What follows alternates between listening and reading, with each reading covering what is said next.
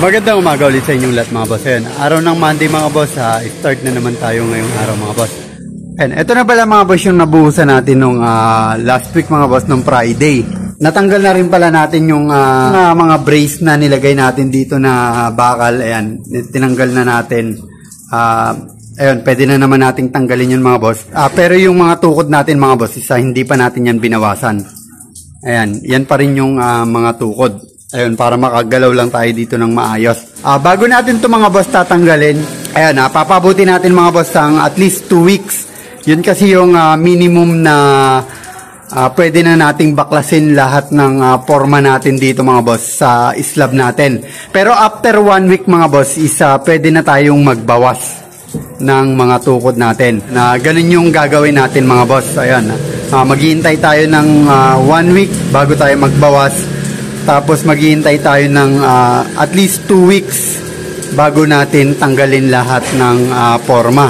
Depende yan mga boss sa laki ng area. Ito kasing area natin mga boss hindi naman siya ganun ka laki. Kaya after 2 weeks mga boss, pwede na natin tanggalin yan.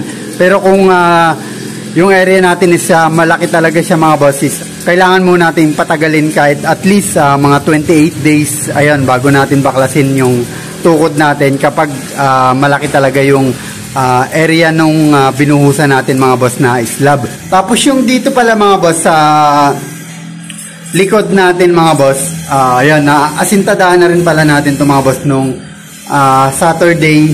Tapos ngayon mga boss may layout na tayo dito para sa palitada natin. Ayan, papalitadaan na rin pala natin to ngayong araw mga boss. I-deliver na rin pala mga boss yung iba nating materyales na gagamitin natin sa attic area natin mga boss. Kulang na lang natin dito mga boss yung channel bar. Hindi pa na-deliver. Ito mga boss tubular pa lang to, tsaka angle bar. Dito pala mga boss sa magiging attic area natin nakapag-layout na rin pala tayo. Yung papatungan ng mga channel bar natin mga boss naka-ready na siya mga boss. Binutasan na natin. Ayun, the same pa rin nung dati nating paraan mga boss kung paano natin maipapasok yung channel bar dyan. Dito sa kabilang part binutasan natin ng sagad hanggang kabila mga boss. Tapos yung dito 2 inches yung binutas lang natin dito, hindi natin sinagad sa kabila. Ayun, the same pa rin yung gagamitin natin dyan na channel bar mga boss, 2x4 na channel bar. Tapos nag-start na rin pala tayo dito mga boss ng ito, nabakbak na rin natin to yung magiging opening natin dito. Punta dito sa extension na ginawa natin sa may likod mga boss. Tapos yun dito may layout na rin tayo, babaklasin din natin to.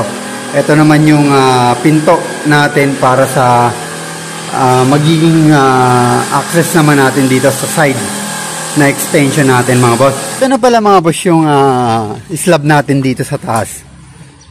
Ayan. Okay na to mga boss. Ayan, mas maganda mga boss umulan kagabi. Ayun, nabasa yung slab natin. Ayan, mas okay yan mga boss.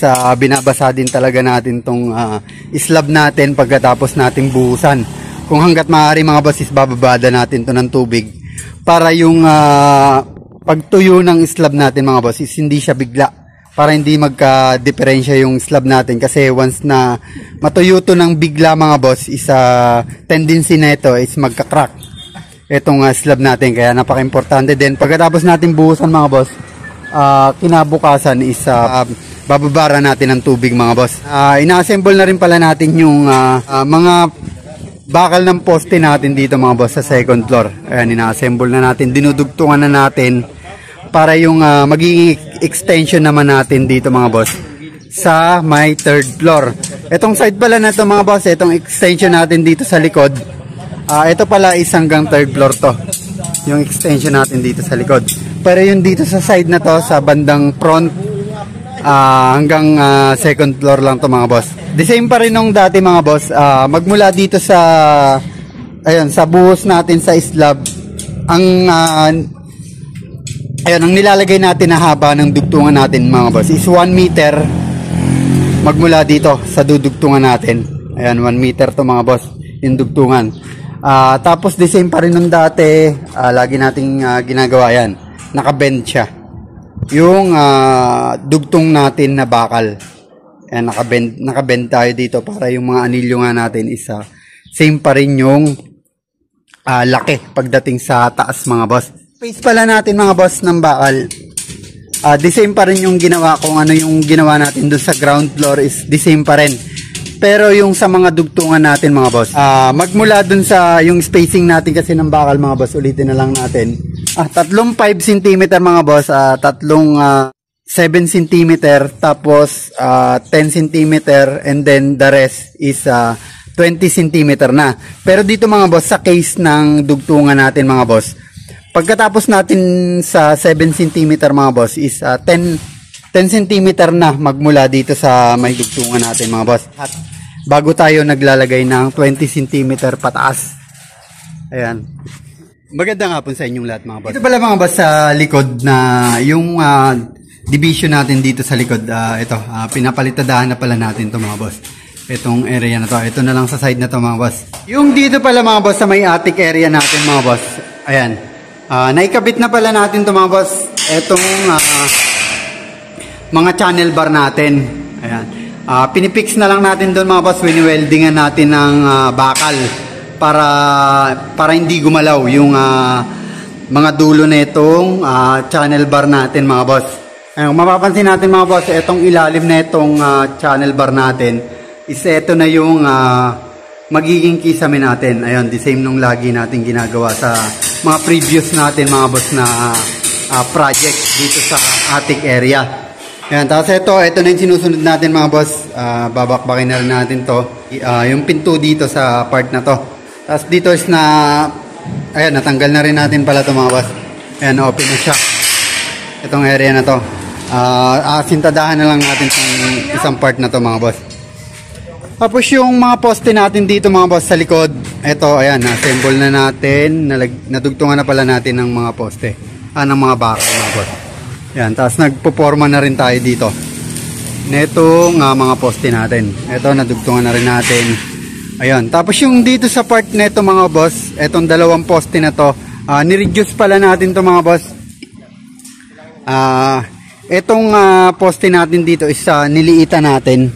Ito mga boss is medyo maliit siya ng konti dun sa una nating poste mga boss. Ito mga boss kasi is nasa part 2 ng toilet, tsaka yung isa na yon. Hindi natin masusunod yung design ng toilet natin, kaya ang ginawa natin mga boss dito is ni-reduce natin. Pero dito sa pag-reduce ng poste natin dito mga boss is nilakihan naman natin tong part na to, hinabaan natin. Yung magiging buhos ng poste natin mga boss is 40 cm na siya. Para etong sa may toilet nga natin is yung wall natin dito is flat. Ayan, flat na tong magiging area na to. Para yung design ng toilet natin dito is makuha natin yung nasa layout mga boss. Pero yung dun mga boss sa part na yon is ayun, the same pa rin ng laki.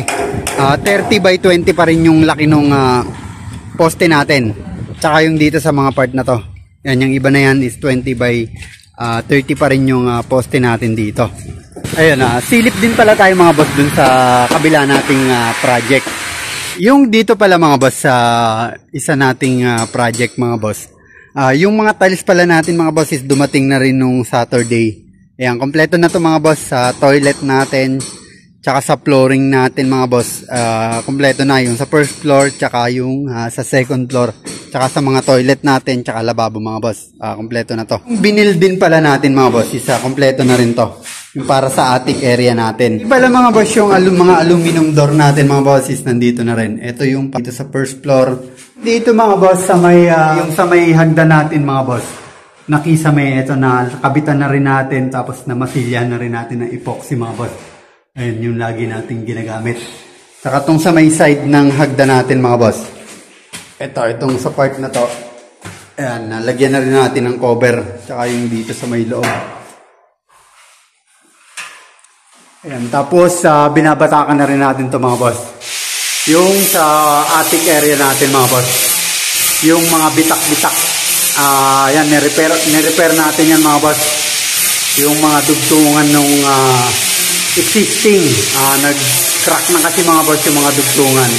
Kaya ginalinder ulit natin. Tapos in-applyan ulit natin ng epoxy mga boss. Pala yung gagamitin natin mga boss na aluminum door para dito sa second floor.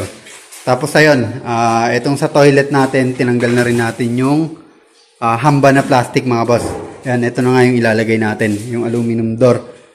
Tsaka yung sa kisame natin dito mga boss, toilet, ayan, na-install na rin natin. Ayan, binabapping na lang natin yung mga pinagribitan natin, tsaka mga dugtungan para ma-apply na rin natin mga boss ng epoxy. Boss, hanggang dito na lang ulit yung video natin mga boss. Ayan, muli maraming salamat sa inyong lahat mga boss. Ingat na lang tayo palagi mga boss, and God bless sa atin.